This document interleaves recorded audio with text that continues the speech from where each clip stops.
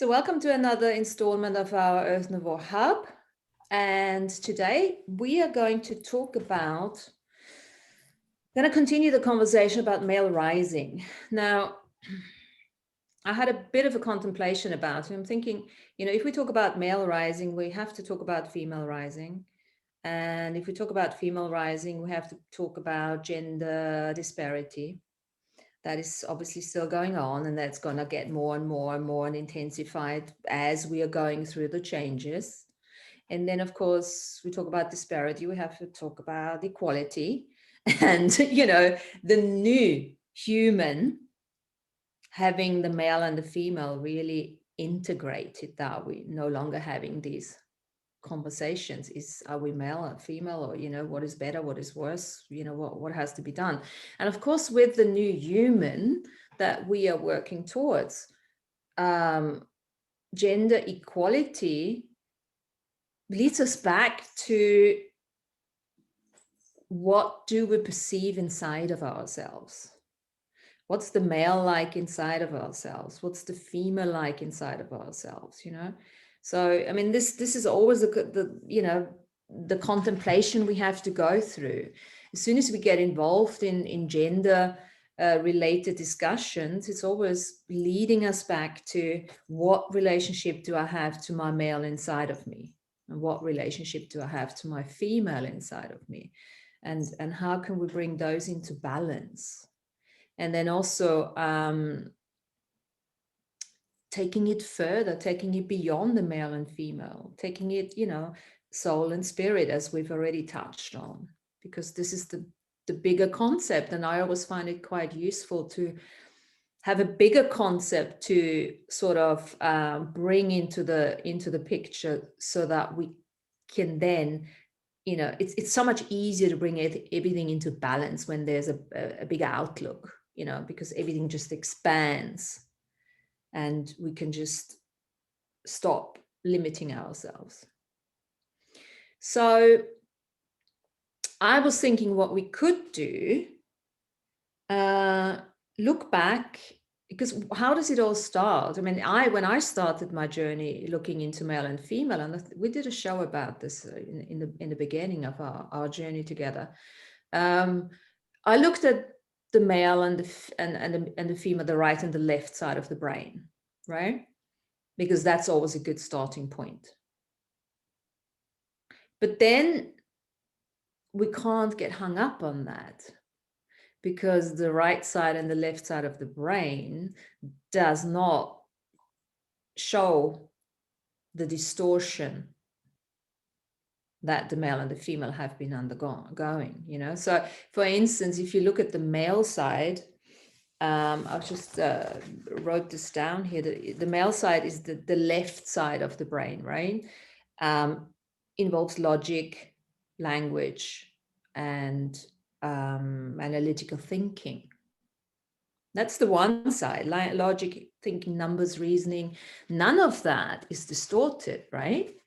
And then when you actually start looking at the business metaphors, for instance, or metaphors in our language that we're using, just let Marie say, then all of a sudden it's a completely different picture. So, I looked for a couple of left brain business metaphors, yeah? And they're all about control, superiority, competition, hierarchy, commanding, influence, and ascendancy, yeah? Compared to the female ones, and again, metaphors create the structure of our systems, really, if you look at it from that perspective. And the female is all about cooperation, balance, self-worth, compassion, love, and creativity. Now, that's not really true at all. It's distorted on both sides of the male and the female side, right? And this is why, the male has got such a bad rap over millennia. But on the other hand, we also have quite a bitchiness for the females, right? So what is that all about? What do you get when we start talking about that and see where that leads us?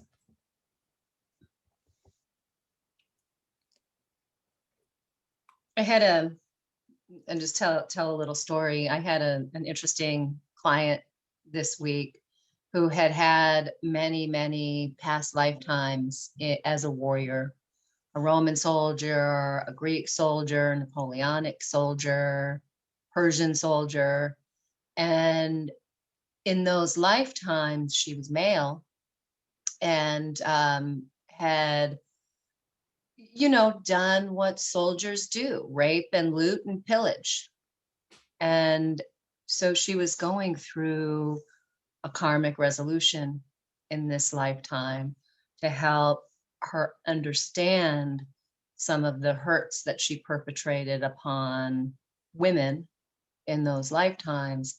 So she was sexually abused as a child. And to to really like come to the neutral perspective, right, and to be able to see the lessons. And fortunately, I've worked with her a few times, and she was able to take a step back and be able to be open, right, to say, okay, wait a minute, these are karmic resolutions that are happening right now, right here. Here's the person in your life who was an abuser to you, but who was also abused by you in one of these past lifetimes. So this balance, this karmic resolution, and this balance that's going on, it's really helpful to step back and see the bigger picture, right, to be able to say, okay, there is resolution going on here, and that the hurt that I experienced in this lifetime doesn't have to feel so, I don't have to be such a victim around it, right, because it is rebalancing scales. So I thought that was an interesting Absolutely, thing absolutely. that happened this week. Yeah. And also victimhood is very much the denial of wanting to take action. It's always easier to be the victim and to control others through you being the victim instead of actually getting on with it. Well, instead of looking at the lesson also, right? Looking at the lesson and working with the energy and being able to transmute that energy, like you were saying, into action or into, fertile soil. Absolutely. And this is why the bigger picture, the spiritual perspective and, the understanding of the soul journey and the understanding of, the contractual agreements that we've made before even come here, is so important. Because, once, I'm sure, Tanya, once you start explaining that to somebody who is completely victim, yes, but also self-judgment, because that's the big thing, isn't it? It's often not the victim, but the self-judgment where they really making themselves wrong for the choices that they have made. And in reality, when you can look at the choice from a contractual perspective, what was it serving on the other side, and who did you contract that out, and how was it serving to the other person, then it becomes a completely different story. Right. Yeah. And letting go of the anger around it and the blame and the shame, right, is where where we really all need to be. Whether we can do that or not, it's up to the individual. And especially, when we talk about male rising, because, and this is by no means, ladies who identify with, when we talk about male and female, with the gender, this is not what we're talking about anyway. But even if we do want to take it a bit further into that direction, there is a lot of distortion. The male energy has been put through. So let's just put this to the side for 1 second. And just because we've got ladies here, so we can all look at ourselves. Let's look at the male within ourselves. Because when we talk about male rising, and we just leave the men to the side for the time being, why is it a female coming out? it's a female coming out because we are allowing the female, the women, the female bodies allowing themselves to have the male inside themselves rise and finally come out, not fight the female. How much of, I speak for myself here, how much have you, my experience has been my male fighting my female overwriting my male within myself. Let's forget about how that looked like on the outside for this moment in time. And then, you know, in the beginning, I thought, oh my God, you know, because I was so scary to male and to female, but more to female. So I thought, oh my God, I'm too male, right? What's wrong with me? My male is too strong. I must have a very strong logical mind. My left side of the brain must be so strong. For years, I thought that. That wasn't true. When I look at it now, after the emotional recalibration that I've done over the years, it's the female that has been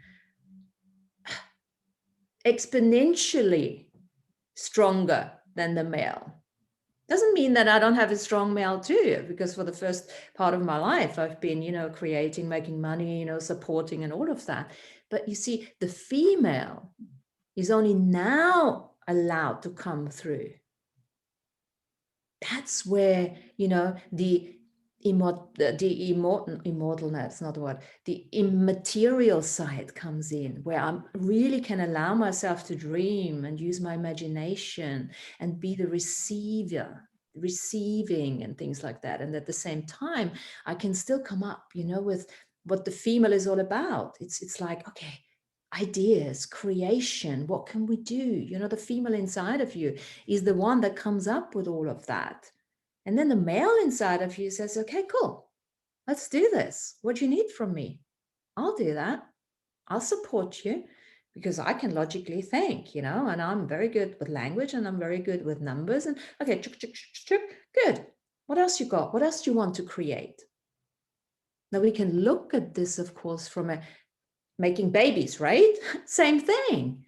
It's the woman that has to grow it, egg, but then we need a contribution. So receive the contribution, and there's no less, because without the egg without the sperm is nothing, and the sperm without the egg is nothing. But it's that, you know, the container, the woman is the container. We can look at it from that perspective. The woman is the nurturer. They're like, come, I hold you. Men, come. Female, come, I hold you. What can you do for me? And I keep you warm.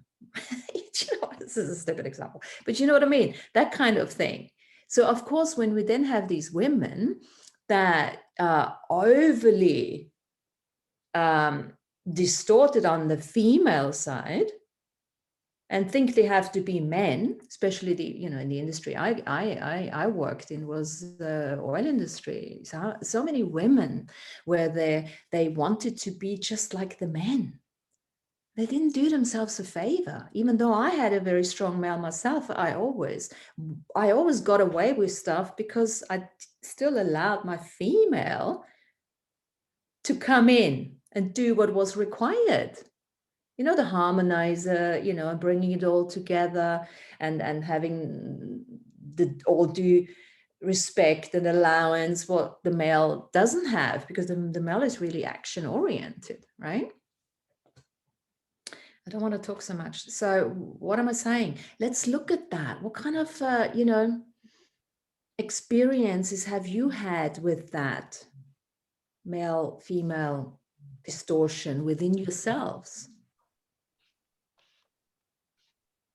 I mean, one of the things that I've noticed within my DNA lineage, within like the familial patterns from my mom's side of the family, I call it the little red hen behavior, right? Do you all know the story of the little red hen? Right, the little red hen is, you know, in the barnyard and she wants to make some bread. And so she says, hey, everyone, will you help me plant the wheat? And nobody wants to help the little red hen. So she does everything herself. And then, will you help me water the wheat and harvest the wheat and thrash the wheat, and nobody helps the little red hen, right? So the little red hen has to do everything herself. And then, of course, when it comes to eating the bread, everybody wants to eat the bread, right? So, I noticed this pattern with women who I've worked with, and, in my own ancestral lineage, that it's like, oh, we have to do it. We have to do everything, right? We have to be the caretaker. We have to be the baker, the chief cook and bottle washer, and, the cleaner and everything, right? And then that forms, because there's not that reciprocation because of, gender history of gender roles, then there becomes resentment and victimhood, right? That grows out of that because there's not an equal collaboration, or hasn't been, right? I mean, think about like the image of the 50s housewife, right? The perfect woman who does everything and raises the children and keeps the house. But now the woman still has to go to work, right? But there's still these old ideas of gender roles, right, that are ingrained in the collective consciousness, right? And that's starting to deconstruct, I think, especially as women are, starting to take their power back. I love this little red hen business. This is really cool. So let's look at the little red hen. Let's take this little red hen as this metaphorical, representation, and let's look at her female and her male. What does that look like?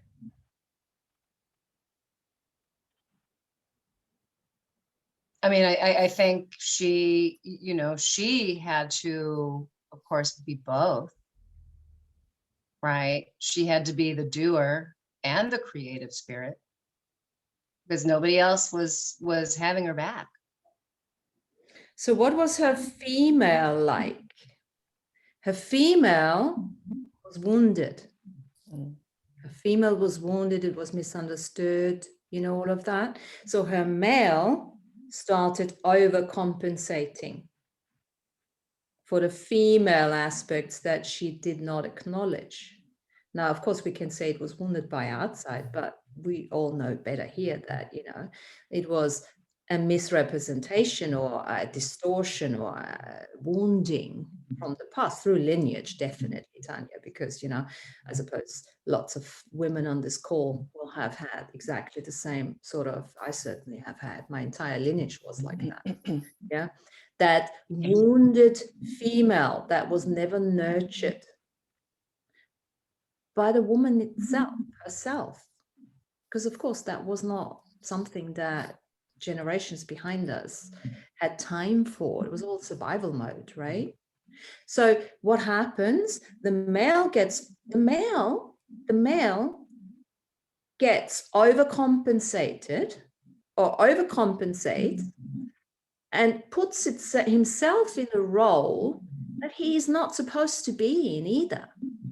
Because the male is not supposed to be aggressive and frustrated and, competitive, and I can do it by myself, I can do it by myself. No, that's not the male. That's the distortion of the male that gets created through the wounding of the female within ourselves. And this is then what the woman sends out, that every man is that. No, they're not that. That's not the original male contribution to the female on the outside, and certainly not on the inside. And there are men, and this is where the male rising, there are men that are coming through now. They're starting to get through those distortions, because for them it's all, it's the same thing on the other side. It's, inverted for them. So that's the problem. So you can't say it's male rising, female rising, because it's male distortion, female distortion. It's everything is trying to find an equilibrium between all of that bullshit. So we have to not make a distinction, a disparity between male and female, but really say, okay, we're all fucked up. great, let's work with this. This comes back to like equal co-creation, non-competition, right? Because you're trying to find that balance internally and externally in your relationships. And when you don't have that balance, that's where you get the distortion and the resentment that we all have had. By the little red hen. Absolutely. I love the little red hen, because what does the little red hen do? She goes out there and gets a guy who is obviously not what she needs, because she is so overpowering that she's going to get herself, you know, a completely disempowered cockerel. Is that what it's called? What's the male one? Cockerel? Yeah. And then she's like, fuck you, you're so useless, right? But she gets herself the wounded one because she needs to be overpowered, because that's her way of control. That's funny, because I saw it different. Yeah, go. I saw it different. Okay, so the hen, and I'm thinking of all the barnyard. I'm thinking of all the whole barnyard. Okay, if you want to plant wheat, then like I'm just thinking of the whole village. Like, okay, guys, come on. If you don't, we're not going to eat, because I can't do this myself. Like, where's that speaking up? Also, was a part of my female that didn't do that and say, no, we got to do it this way. I always went to the male, whether it was my brothers or my dad or, you know, anybody else, like, oh, they know. And so the hen, I saw her as wounded victim, speak up, because we need to get everybody on board or we're not eating. Love that, because that's another scenario how it can go. Yeah. You got the one scenario where the male inside of the woman takes over and then just poo-poos everything any man outside of herself can do. And she totally starts denying the female inside herself because the male's taken over. Or she goes, well, you're saying, so fuck the male. I'm not, there's nothing inside. I'm going to stick to the female, but I'm going to seek support outside myself. So I got something. Go for it, yeah. So I got something from what Amy was saying. I got my perspective of the hen, the little red hen.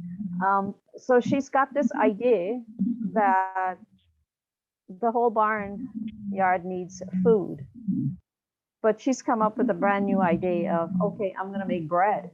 So she has this really fabulous idea that, you know, from start to finish, how it's gonna go. But then she comes to the rest of the barnyard and say, listen, I need some help with this idea, because in the end, all of us will be celebrating a feast of a whole lot of bread, because I can't eat it all by myself. I'll have to share it with all of you. Can you please help me with creating this idea?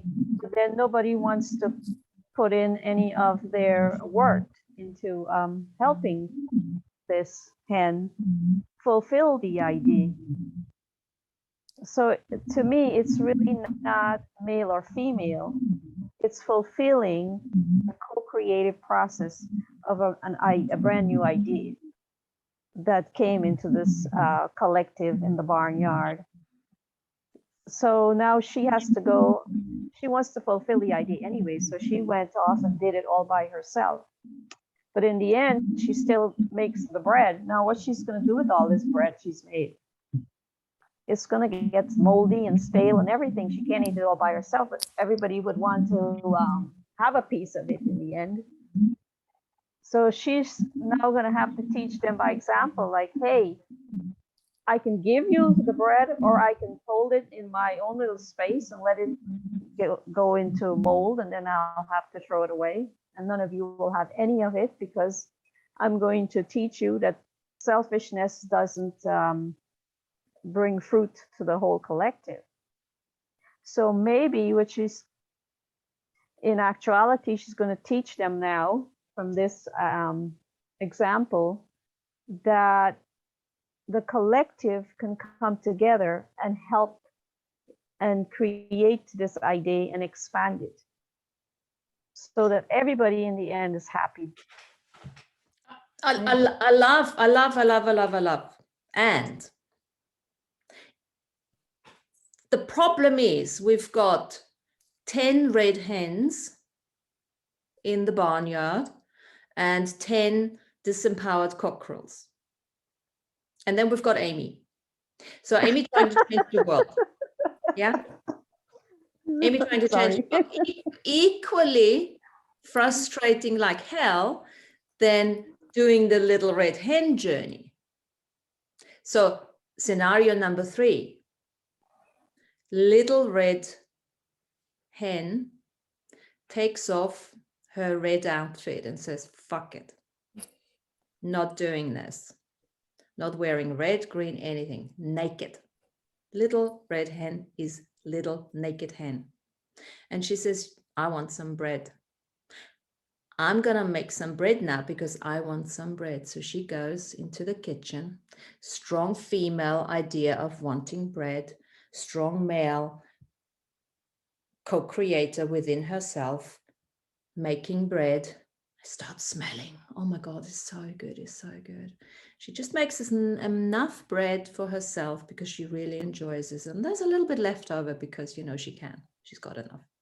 So she sits down and all this, you know, smell goes out there and all the red chickens and those disempowered little cockerels. There's, what the fuck's going on here? Oh, this smells good. So they all come and say, oh, what you got? I said, oh, nothing. I just made some bread. Want some? Ah, how did you do this? Well, this is the recipe. And if you guys want, take off your red outfits and you stop getting pissed every day and come in and we'll do it together. I'll teach you.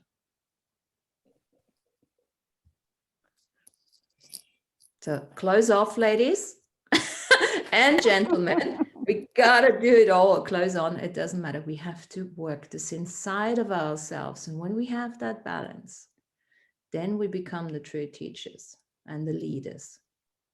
I was thinking that when you said how you worked in the oil and gas industry, you know, I'm in construction. I'm an engineer in construction and often like the construction manager. So in overall charge of the project in a very male dominated world. And I never exactly felt uncomfortable in that, but when you're trying to settle into what that position means, you can overcompensate on one side or the other, feeling that you have to be bolder instead of being more on the compassionate side. And it's not until you find comfort in your authenticity to just say fuck it and just be who you are and do the job as who you are that you find that balance, and that really helps everybody gravitate towards you and respect you. So once you can be your balanced self in that kind of environment, everybody else falls right into place. Exactly. When you try to push one side or the other, then people resist that.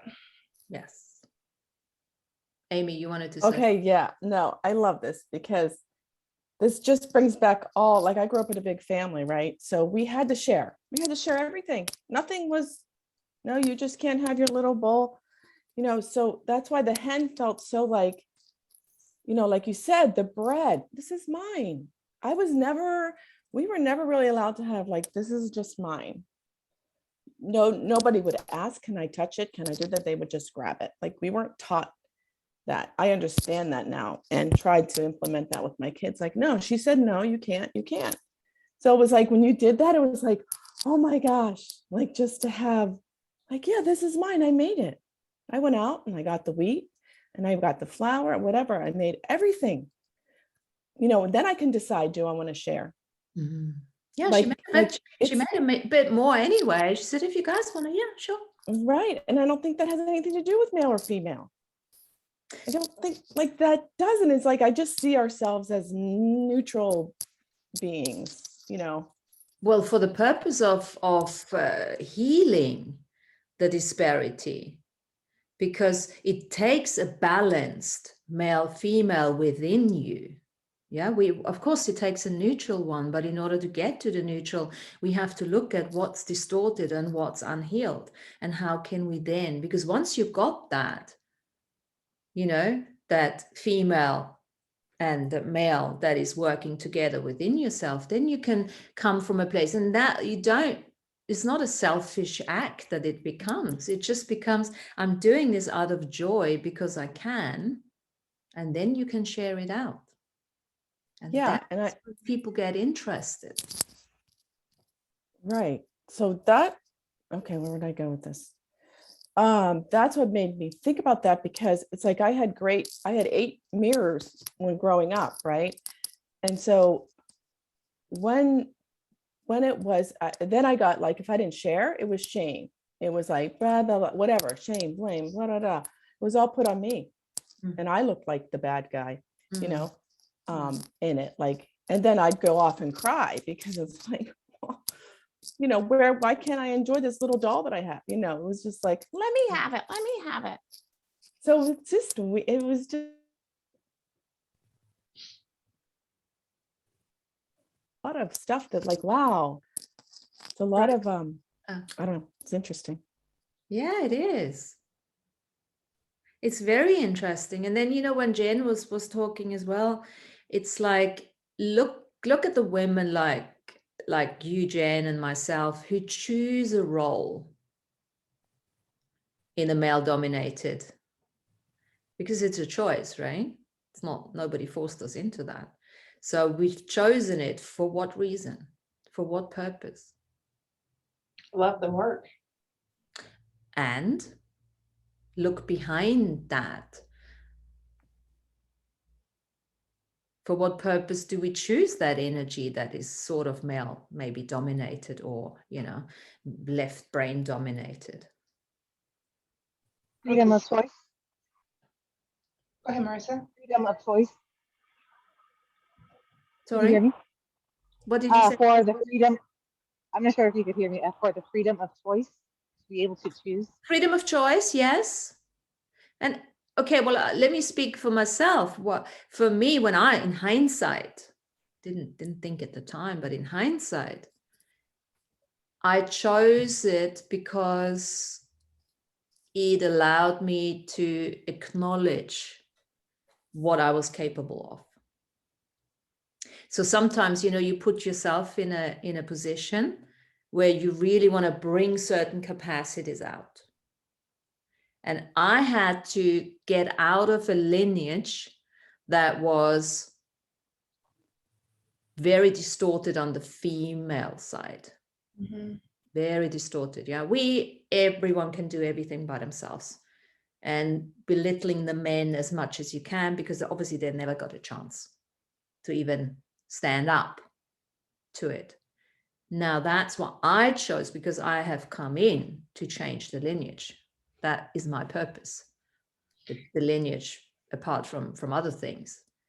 And I had to put myself into that kind of, I don't want to call it hardship, because it was never hardship as such. Yeah, it was just a contemplation and an exploration, like everything was for me in my life, you know. So I enjoyed it. I wouldn't change it at all. But that's what kicked off for me, and that what helped me to change the lineage. And to be honest, if I look at Emma now,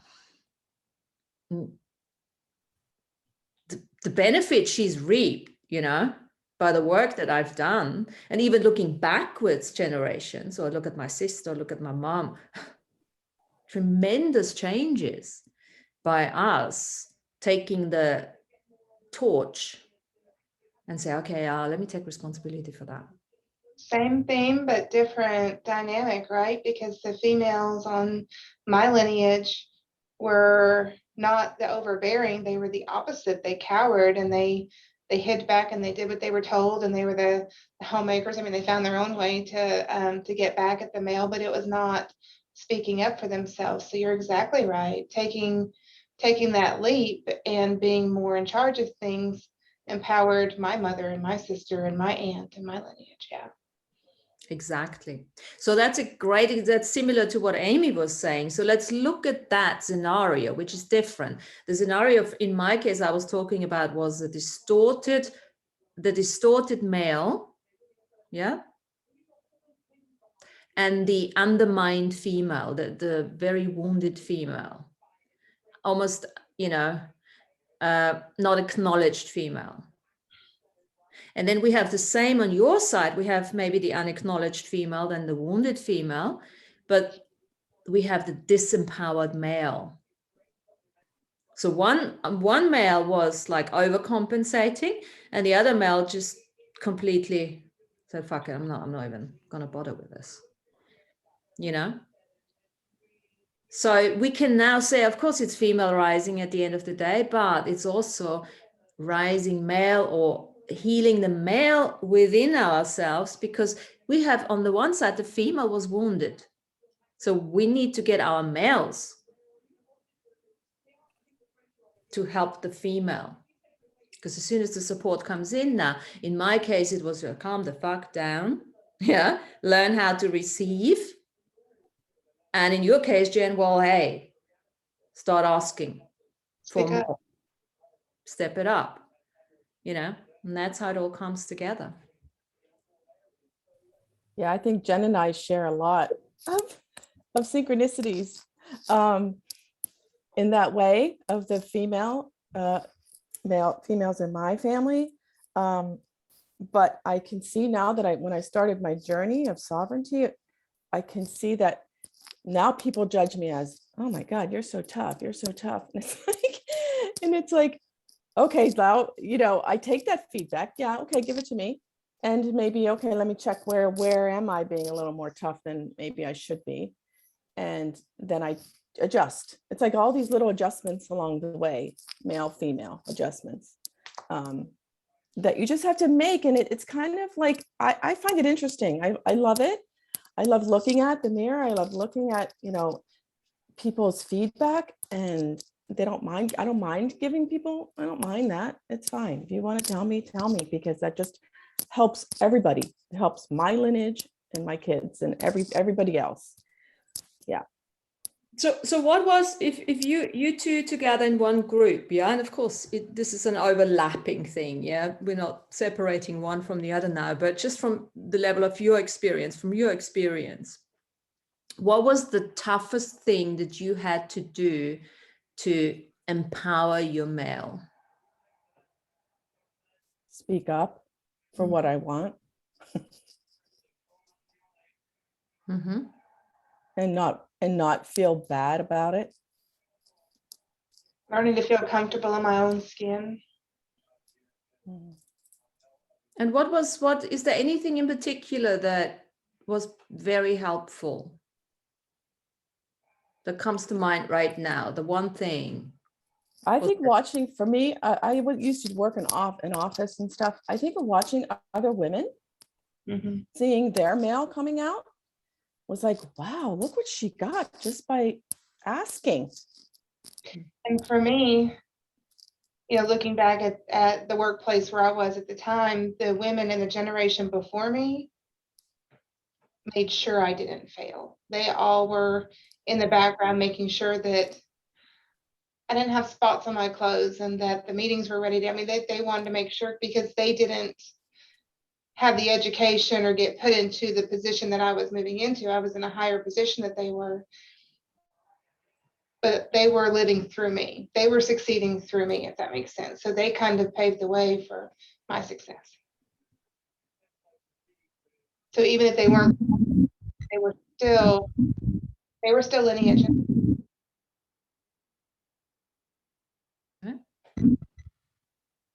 Tanya?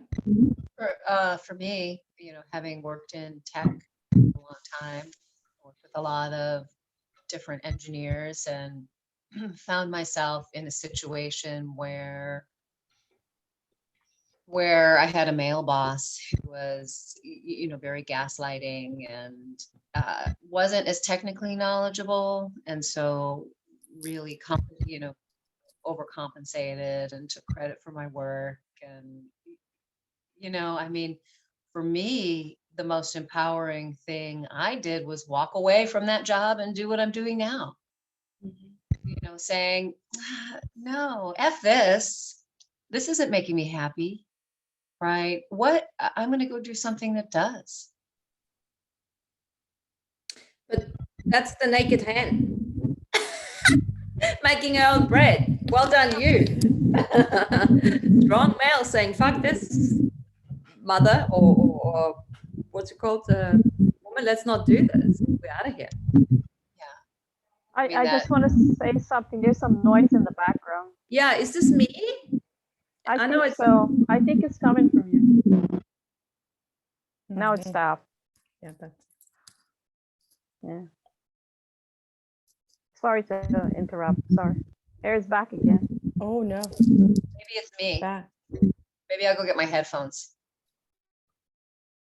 I've got Wimbledon in the back because my 96-year-old neighbor loves watching Wimbledon, and I will not be able to tell her mail to turn that off because I don't have the heart to do that. So I will mute myself. But there is another crumbling noise. it's gone now. Stop. It stopped. It Stop. must be from Tanya. Okay then. Okay. So when you guys talk, I'll just turn off my mute. So I Uh, wanted to share. Growing up in a household of boys and still living in a household of boys. Besides my mom, there was hardly any female in the household. And what I've learned, I think, I mean, I'm not even sure how to explain myself, but I've learned how to balance the male female by observation through my brothers. I did everything they did almost that I could do that they would allow me because they were all older. But I learned when to not force myself onto their environment with their friends. I learned how to stand back and stay back, and I learned when to bring myself in, because I've learned how to get along with the male aspect, and to be sitting in the middle of a group of boys and still have a conversation going on with all of them. So for me, I've learned how to balance the male female in this lifetime, and to break that stigma that you have to be in duality all the time, and just be that balanced male female person that you're always really meant to be. And so you know when to be assertive as a male person, and then you know when to be a female and to be assertive in that aspect and respect. And so staying in that good balance, I feel like I've born in this lifetime to understand that balance. And that's what I really wanted to share. Thank you, Lana. Mm-hmm. Thank you very much.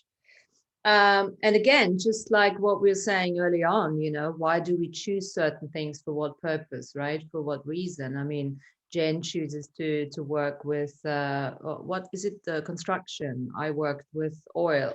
You living, with or Amy, brothers, a whole bunch of guys. You lots of brothers. So we are actually really choosing that for a reason, so that we can learn, as you say, to balance out. And the only way we know when we've achieved that is when we feel happy within ourselves, and whichever way that looks like, and that's really the message. And then I suppose once you come from this place of inner balance, then you will start attracting people, male or female, into your life that literally just are a contribution, because the inner fight is gone, there is no outer fight. And yes, there will always be a diversity in truths and ideas and contributions and inspirations and contrast, but there is no fighting. There is no, having to shoot somebody down for saying certain things, for the matter of being right or wrong, because right or wrong, male or female, that's all part of that game that we've been playing, and the new human will have to start choosing different games, because it's not going to work anymore. Right. And to think that when you find that center balance of the male female, then you're not taking sides anymore. You're not taking sides for the male side, and you're not taking for the female side. So I think in this lifetime, if we can balance that male female aspect within us, then there'll be more peace on earth and goodwill to all men. When I say men, I don't mean the male. Yes. Yeah. I mean humans. But having said what you just said, goodwill to men is obviously what it also means is that the women will stop having a go at the men for not being what they are not having within themselves, or overcompensate within themselves, and the other way around, you know. Absolutely. Yeah, And there will be no more of that anymore. there will You be don't no, have to you wouldn't have to overcompensate on either side anymore. There'll be none of that, because both the man would be balanced and the woman would be balanced, and come back into that center of both your male aspect and your female aspect. And I Then you could also- shift into the fifth world of peace. I also think it goes back to even, and I know I did this exercise with my practitioner years ago, writing down your beliefs about the male and the female. What are your beliefs about them? Because those are yours. That's what you are. When you write them down and you look at them, you're like, okay, those are mine. And then it's, then you can correct them if need be. Some beliefs we like to keep, some not so great. But I just want to throw that out there. I think there's something too around receiving. For me, once, I was raised to be a giver, right? And when I started doing Reiki, I wanted to fix everyone. And I, of course, learned that I can't fix anyone. They have to fix themselves, right? I can hold space.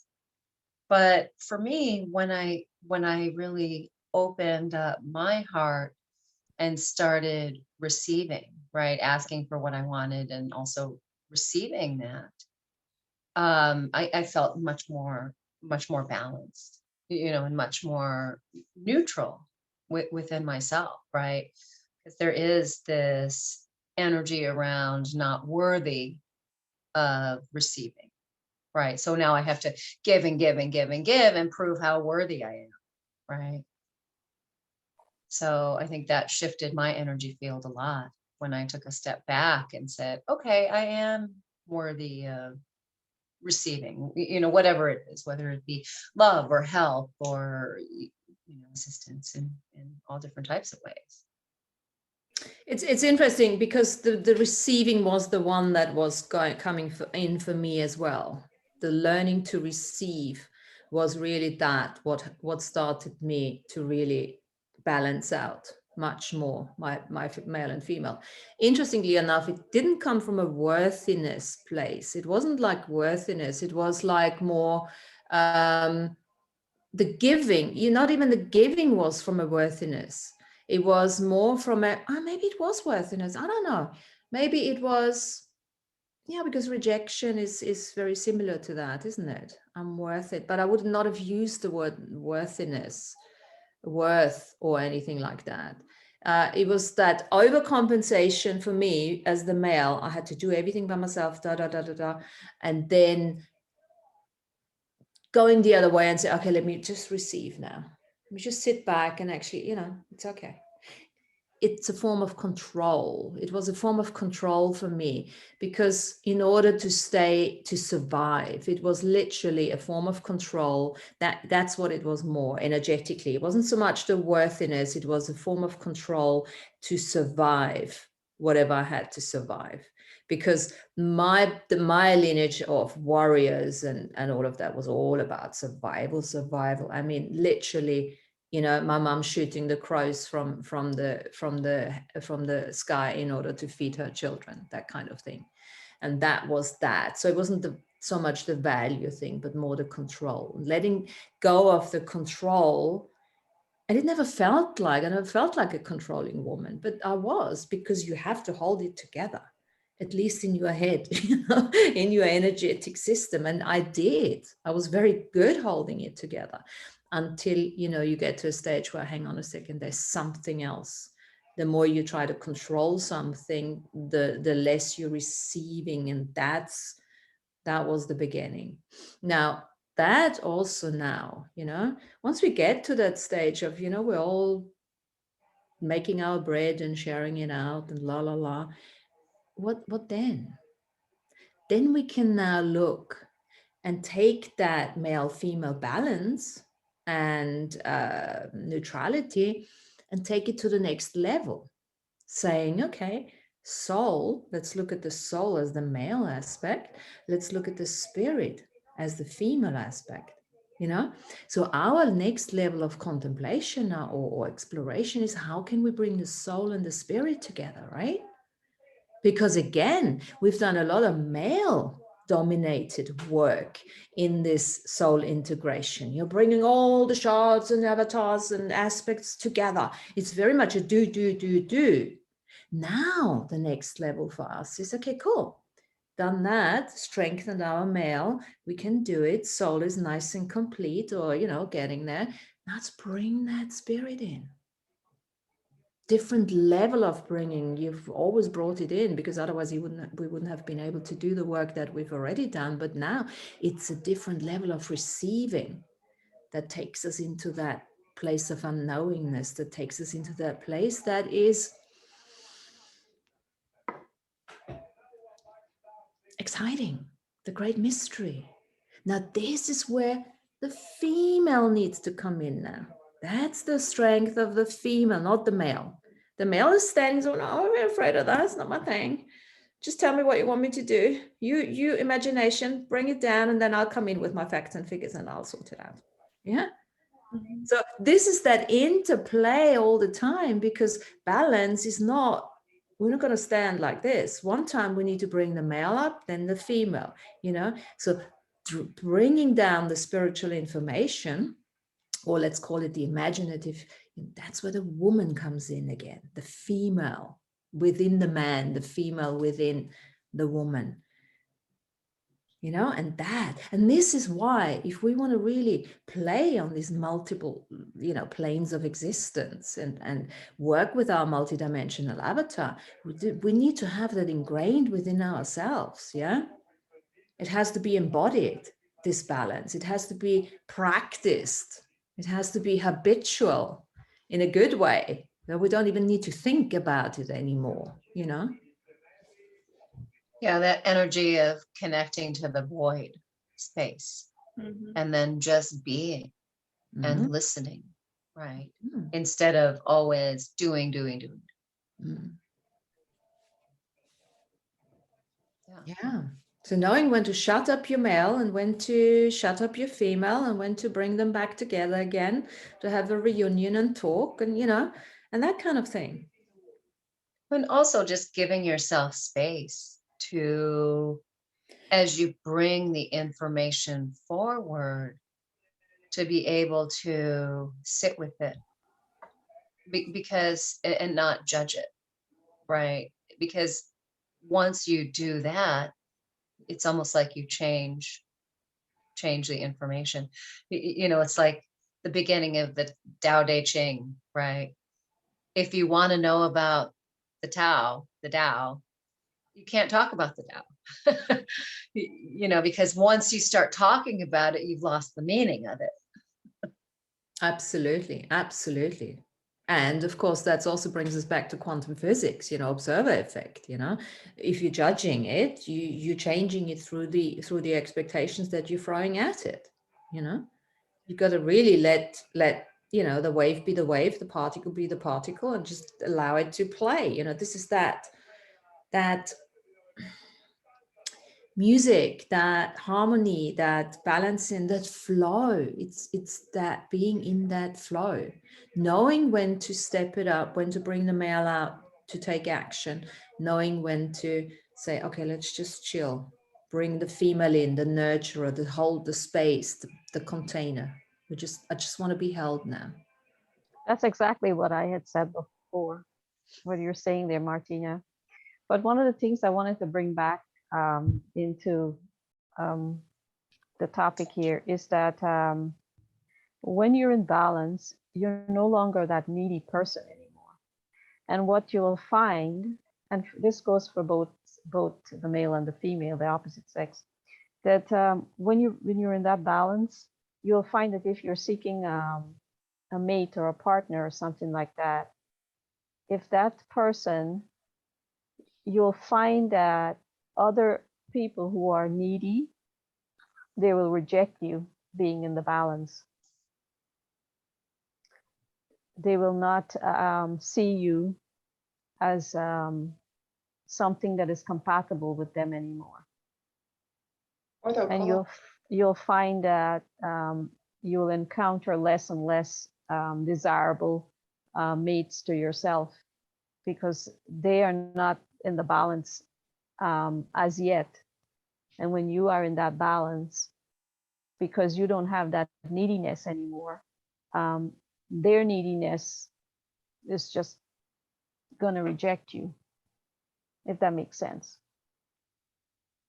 You wouldn't say something there, because Jen? you're not a signature frequency match anymore. Exactly, exactly.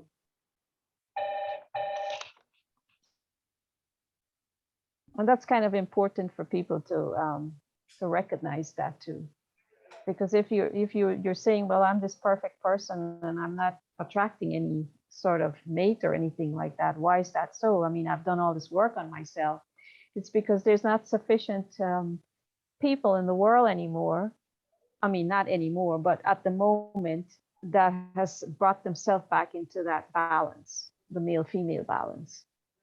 So you, as you're saying, Tanya, you're not the signature frequency match, because there's not enough people that is a signature frequency match to match you. So this is what we're talking about now, is coming from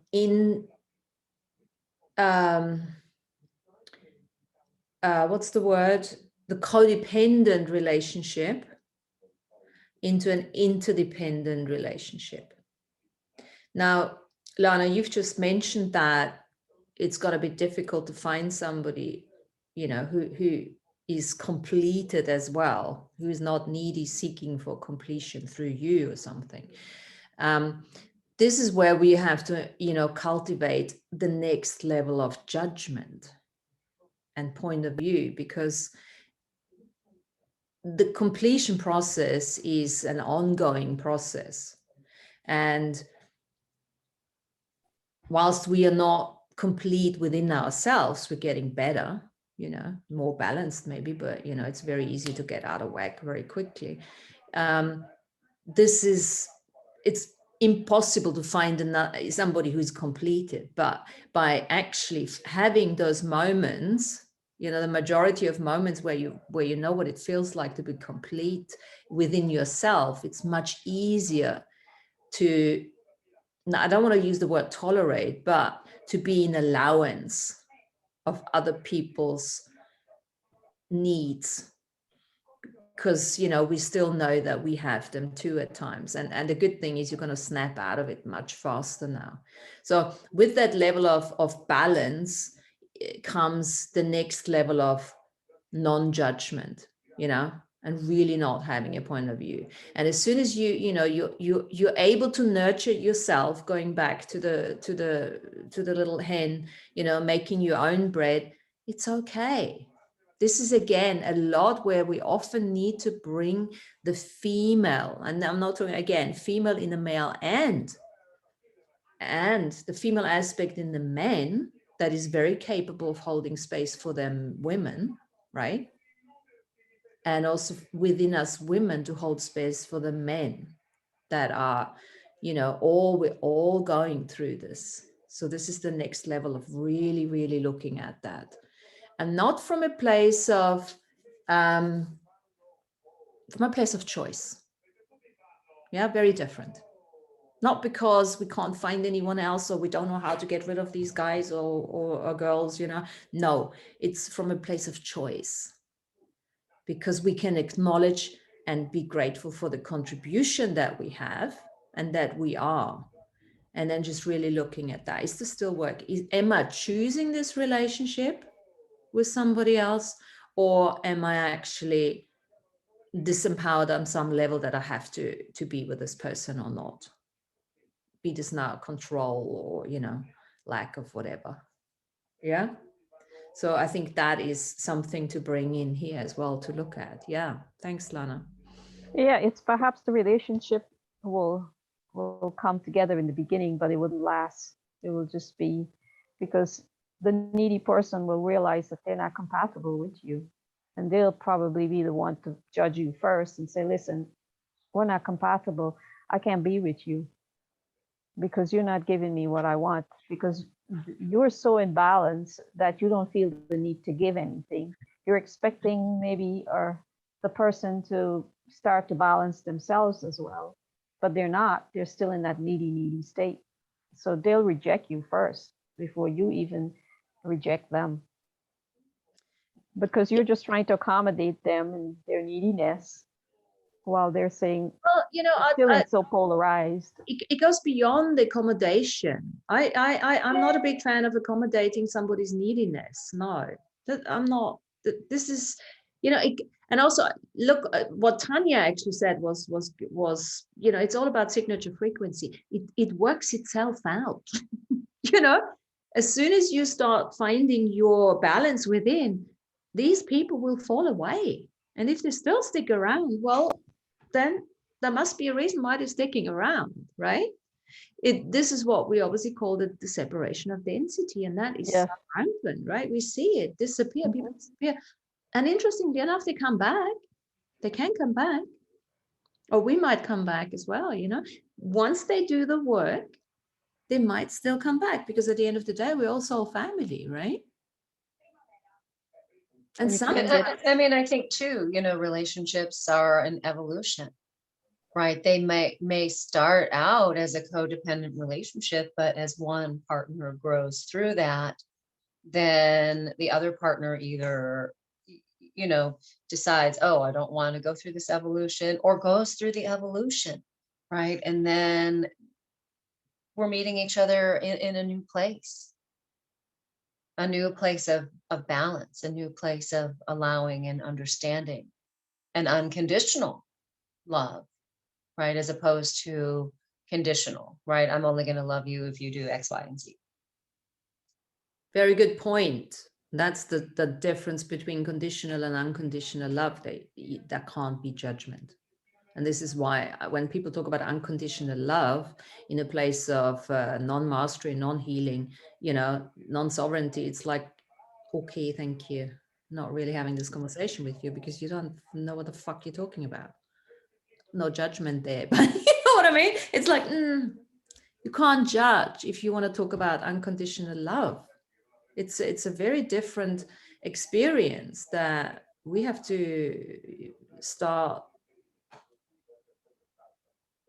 experiencing.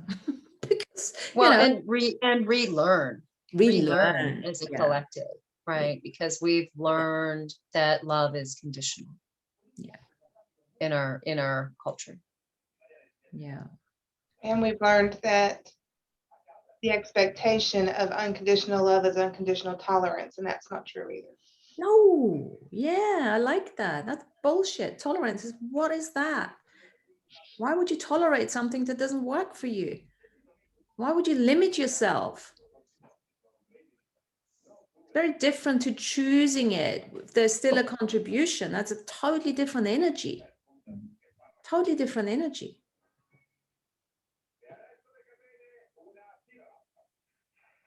Yeah, and this is, I just wrote this in my book. It's like, you know, this idiocy of compromise. What? I don't understand.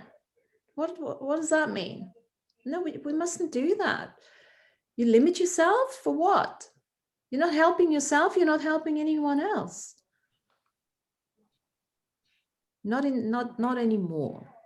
Used to do that, but that, of course, you know, with this whole male female balancing out and stuff, that requires us to redefine relationship, internal external relationship completely. transcend what we've been taught by our parents and their parents and their parents, Yes. and our society too.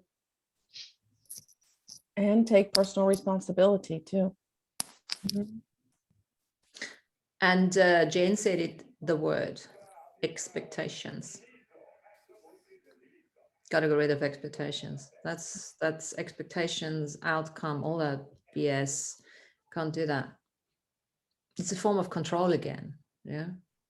I find that we in this generation came in to be the game changer. And if you can't be the game changer, be the wild card.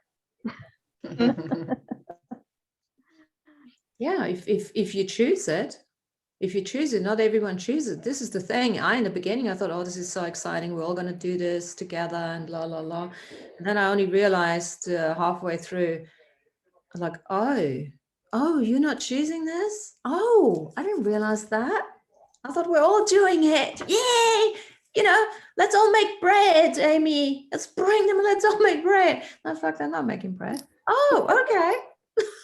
Yes, that's mine too. Yes. Oh. I mean, that's my relationship too. Mm. Like I'm 40 years into this relationship and we have grown. Even I can't judge myself as I'm grown more than him. That would not be. I don't do that. But going back to the needy thing, yeah, he's needy, but guess what? Now I know that. Now I know that and I can see it. And it's I can ask questions now. So what do you need what do you need? Fantastic. And as soon as you ask a question, you get out of judgment, you open the space, you become the female, you bring the female out within and you be the container. Yeah, because I was not nice I was not nice. Like, I had to, once I switched that, the balance and bringing that balance in, that was taking personal responsibility for my doings in the relationship. Yeah. Yeah. And this is when the relationship when he can change or she can change as well, because you're no longer holding the other person in that holding pattern. Let's not for one second think that our projections and observations are not impacting on our partners. We are very powerful. Our psychic projections, said or unsaid. Yeah. Yeah. And it frees them. It frees them too at the same time. Yeah. So I have a little exercise. Well, not exercise really, but I have some crystals here that are helpful for balancing the divine masculine and divine feminine within ourselves. So this is a garnet, right? It looks very black. It's actually very dark red. And the garnet holds energy for the divine masculine, right? So this is about manifestation of purpose, about, walking forward, naming it to claim it. Right? And then the moonstone holds the energy of the divine feminine energy. So if you want to really work with, this is like the energy of the mother goddess, right? Coming to that point of the feminine balance within yourself. So if you want to really work with that balance, you could do, like I have a moonstone ring on my right hand, right? Which aligns with, on my left hand, which aligns with my right brain, the feminine. And then I've got a garnet on my right hand, right? Which also, helps us maintain that balance within ourselves. So it's a little crystal lesson for everyone today. Thank you. Martina, you're muted. I was just saying thank you. I'm so excited because it's really nice to use jewelry, And also there's every finger has a different meaning. Look up, I can't remember now which, but Jupiter, blah, blah, I can't remember now. But you know, which one you put it on and stuff like that. Thank you. Yeah, Good. most powerful. They're most powerful on the middle Yes. finger. Yes. Yes. Yeah. So I'm sorry, I think I interrupted someone. Sorry about that. No, I said thank you, Tanya. I love when you do the crystals. I love learning about them. Thank you. I also have today a Shiva lingam here, right? So this is also very empowering for the divine masculine. Good. These are stones from also- India. Yeah. Nice. Thank you. I don't know why I'm going to say this, but when you hold up like the male, like that's a phallic symbol. When you look at the phallic and the yonic symbols and how they're male and female, I mean, that's amazing to look at symbols like that. I Yeah. mean, hello. I know. Yeah. Yeah. Even drawing, even your drawings or whatever you do, it's funny how mine seem to come out very yonic looking. Like Georgia O'Keeffe. Right. Well, even like I think about the oyster, right? And the story of Venus being born, or Aphrodite being born on a scallop shell, right? From the foam in the ocean. And so on the beach here, there's a lot of oyster shells, Mm. right? And that's much more feminine looking. Mhm. Very good. I just collect them when I see them.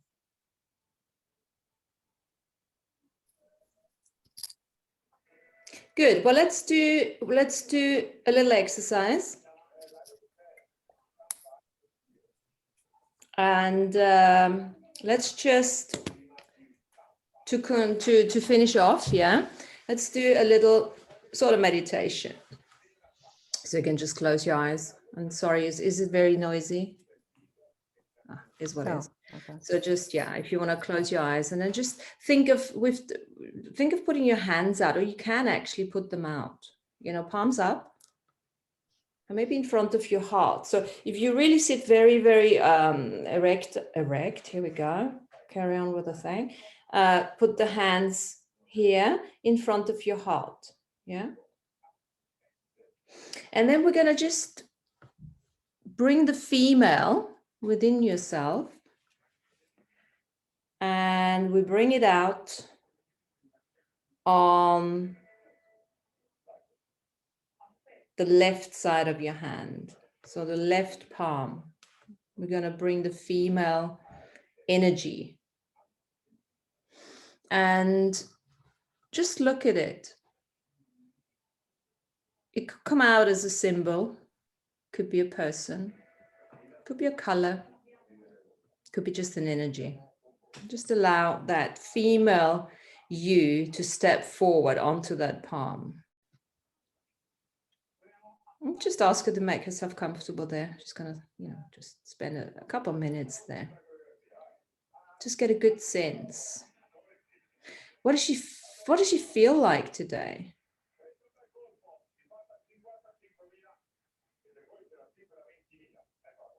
Does she have a question for you?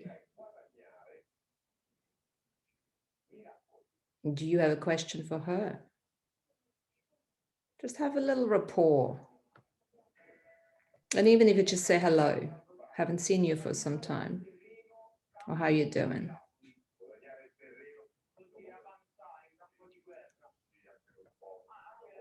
And then we're going to ask her to stay there and just make herself comfortable while we're bringing the male side, the male energy out on the other side, on the right hand.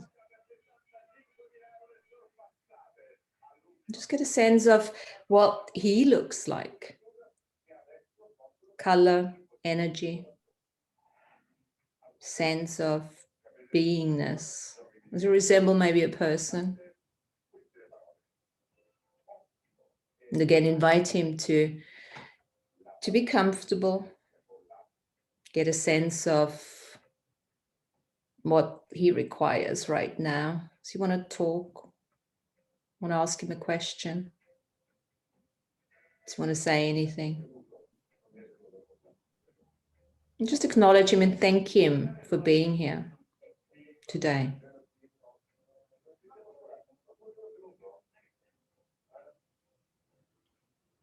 And then with your male and your female out on your palms, I want you to just perceive what's going on between them. Look at the energy between them. Is there some sort of attraction going on? Is there some disparity going on? Is there some conflict? How do they feel looking over to each other?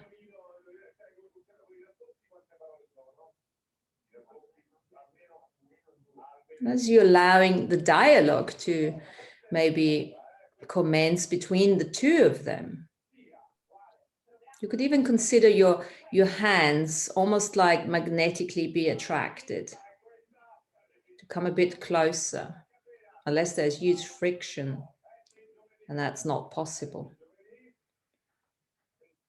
Just let them have a chat.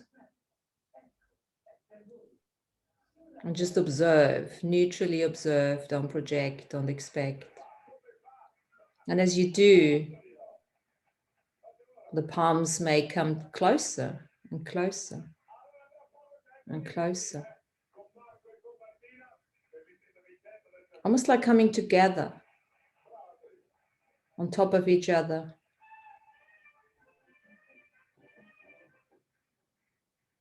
And maybe bring them together if that has happened. Just get a sense of what that feels like. And take that sensation as you take your palms towards your heart. Bring it into the heart space.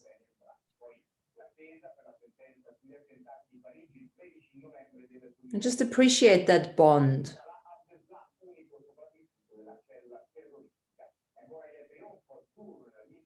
With a sense of gratitude. Knowing that there's always a choice. They can always come and apart again, and then come together again. But just get that sense and just perceive what's going on in the entirety of your body.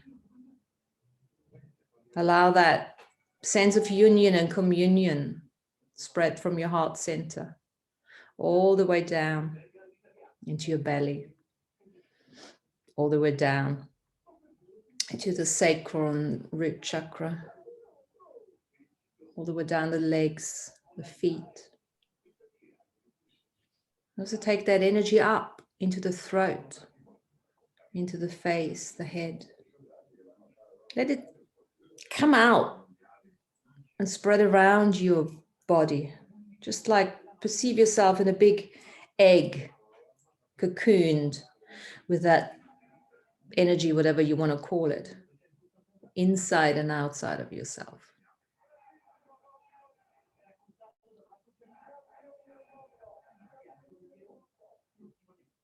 Good. And then just gently open your eyes and familiarize yourself again with the space that you're in. And since we've got a bit more time, maybe anyone wants to share the experience. What was it like?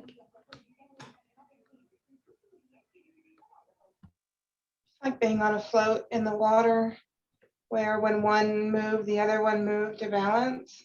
So there was balance and communion in there. And what were the parts? What was the male like and what was the female? Female was blue energy and the male was green. Oh, nice. Nice. Yeah, mine was green too, Jen, my male. My female was purple. And when you said come together, it was like, whoop, it was like this cup, Oh, like this little cup of like water. I felt water, like water come in. Mhm. And it was like so tingly too. And I don't know, it was, thank you, it was beautiful. And then taking it to your heart was like, wow, wow, it just like rushed in. Oh, good, good, Yeah, good. Fabulous. thank you. You're When they welcome. point, they were purple. So Oh, I saw the purple too. Oh. So what, when they came together, they out created themselves and created a different color? Nice. I saw the coming together as almost like a spiraling together.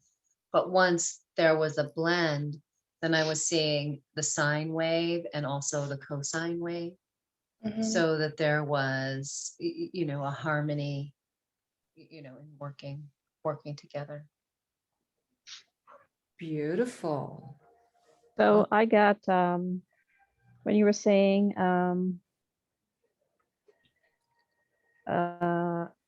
I think you were asking a question before at the very beginning, and then the first thing I got was the fee from the female.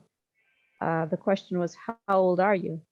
And instantly the answer was infinitely. But it was a sphere. The female was like a sphere, and very dense, like heavy, not like sludgy or that kind of dense, not negatively dense, more of a carry a lot of weight with with it on a heavier in ounces, heavy weight. And I didn't pay attention to color, but I think it was a lighter color as well. Like you guys were talking, like a purplish pink. I have a feeling. And then you got to the male side, and then it was more elongated, like a oval shape.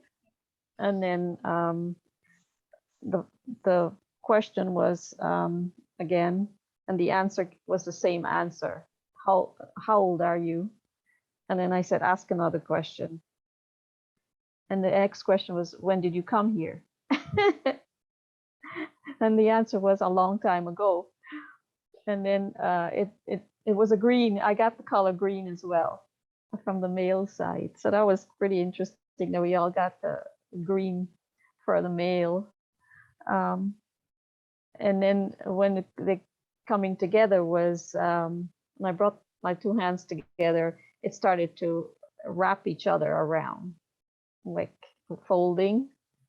And so that continued like that. And then I got disrupted from sound in my house. So I kind of fell out of the meditation there from that point. So that was what I got though. Beautiful. Very beautiful. Now apply that to the male, female, apply that to the soul and the spirit, take it higher, apply that to the giving and receiving. And then what can you create with that?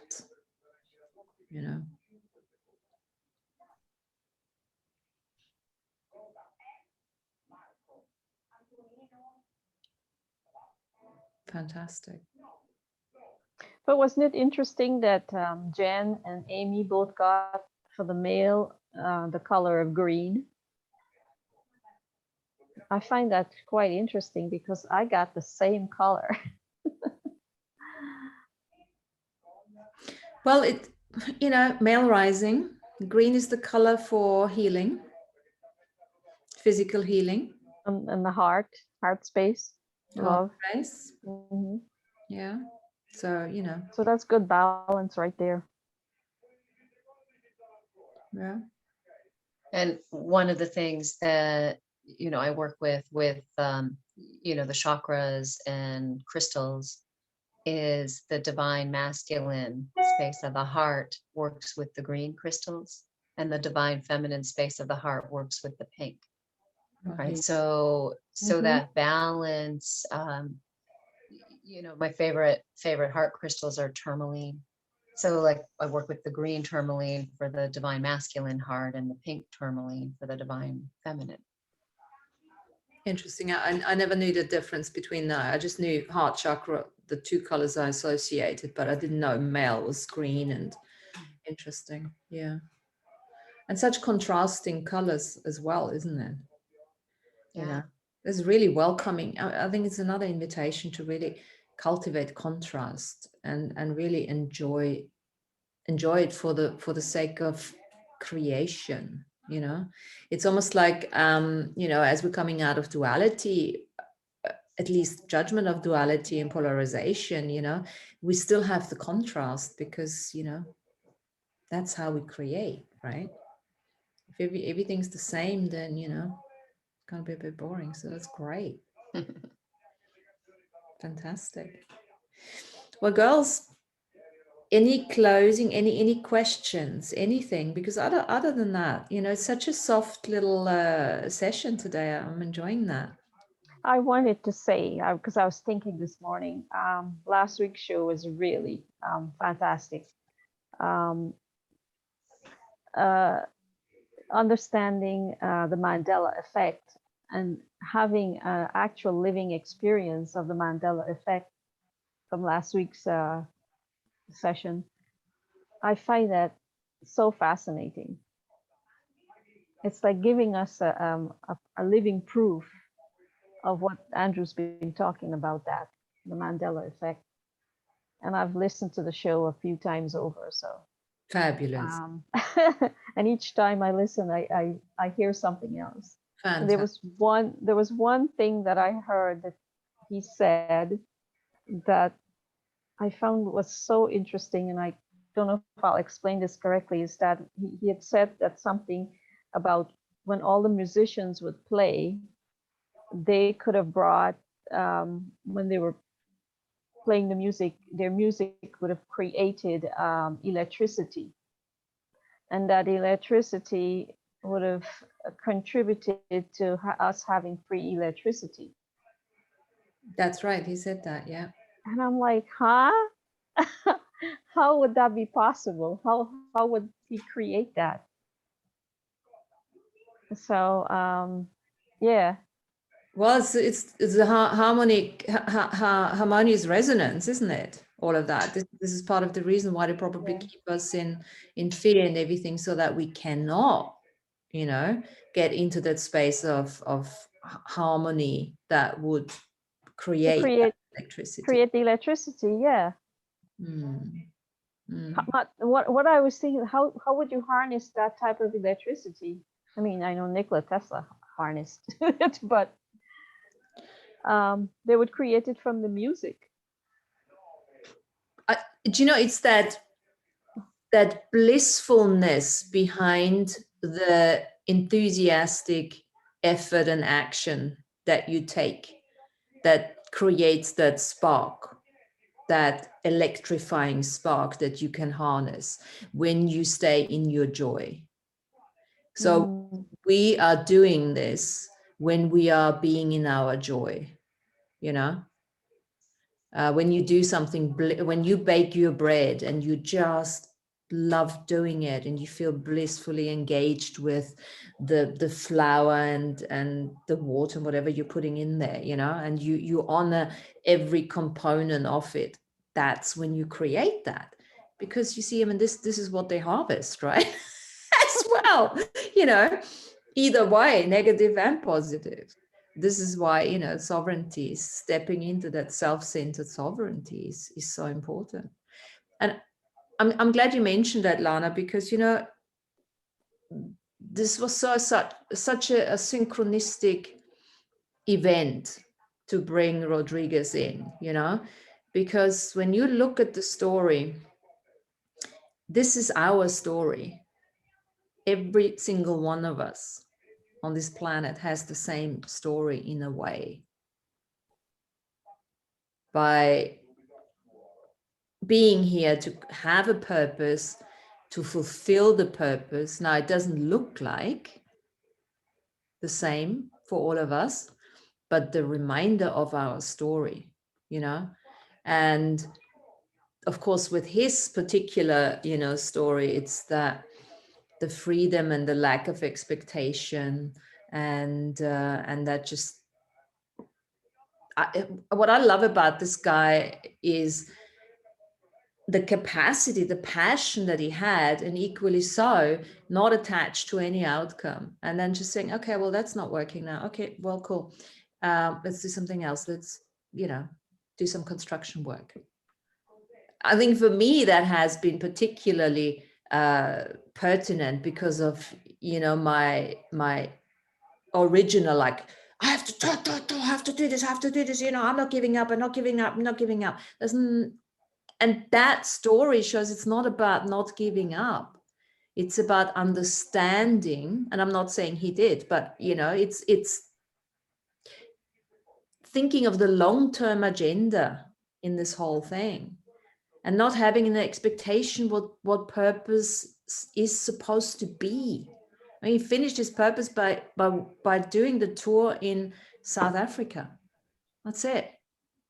Some people finish their purpose by watching the stars. And it's so much more that we put so much pressure on ourselves. And that's what I really loved with that story, that so synchronistically came together for us to do together. So I really enjoyed it too. It was good story, good show. It brings back the idea of the yeast that rises the bread, the leaven that leavens the whole lot, because he had just a little bit of leaven, right? That's kind of like the yeast, and he put it in the bread. Now, he didn't know how big this bread would swell up to be. Mm-hmm. So it's a little leaven that leavened the whole lot of South Africa.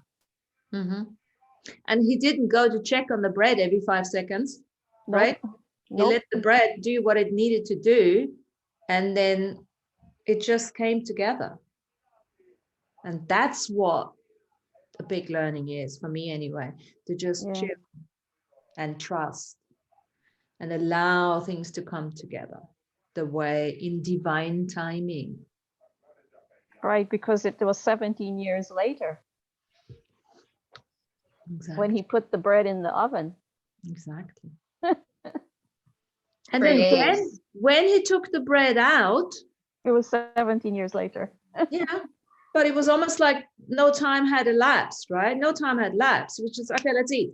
Let's go on the stage. Let's do this. There was not, oh my God, I can't do this. And oh God, I forgot my lines now and all. No, it's just fuck it, let's do it. Right?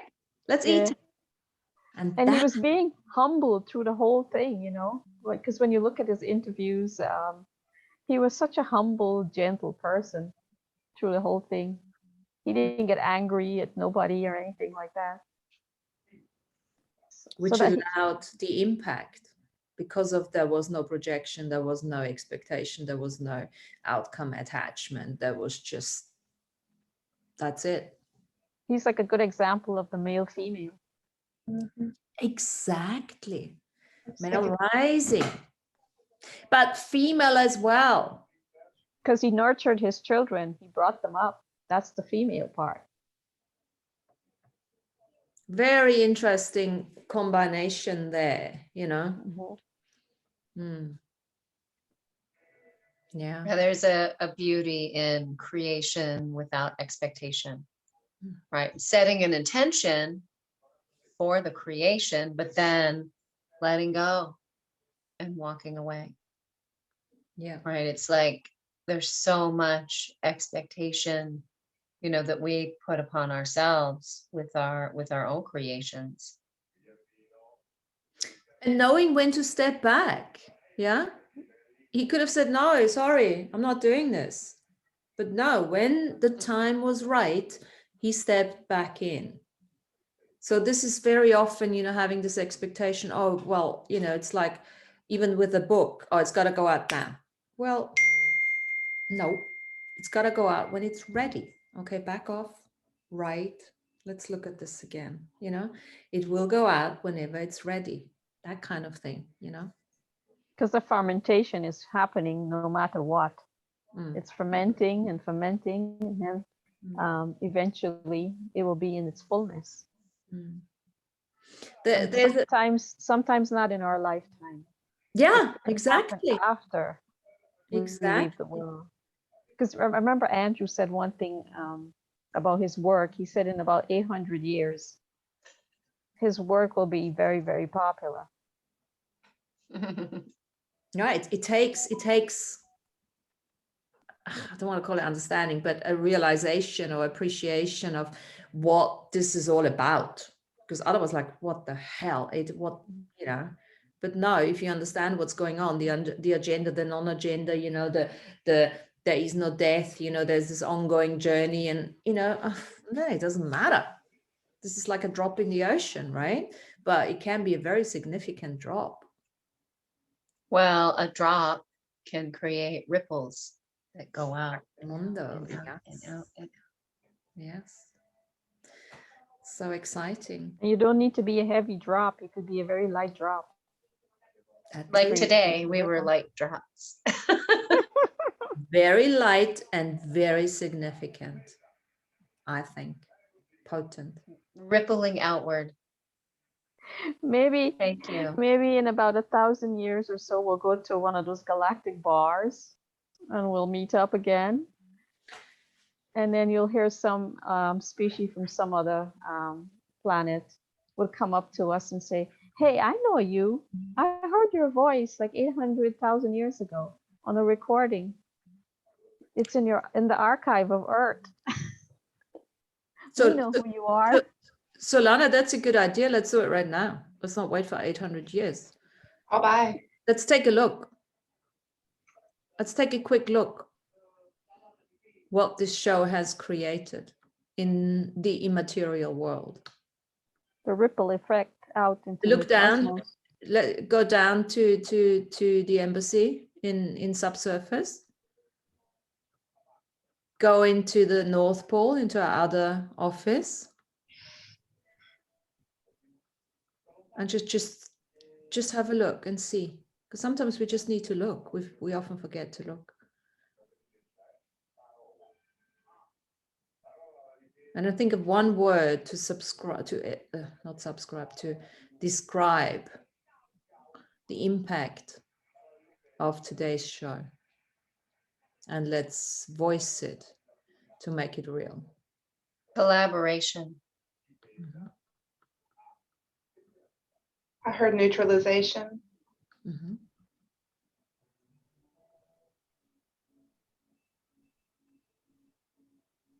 I hear center. Mhm. I hear completion. Marissa, do you want to give us your word? Authenticity. Authenticity. Fabulous. Thank you. Thank you very much. Well done, girls. I think on that note, we're going to close it off for today. Thank you very much for your contributions. Stay in your heart-centered male-female balance, and let's kick some ass, right? Male and female asses. Thank you. See you you. soon. Thank you. Bye-bye. Bye-bye. Ciao.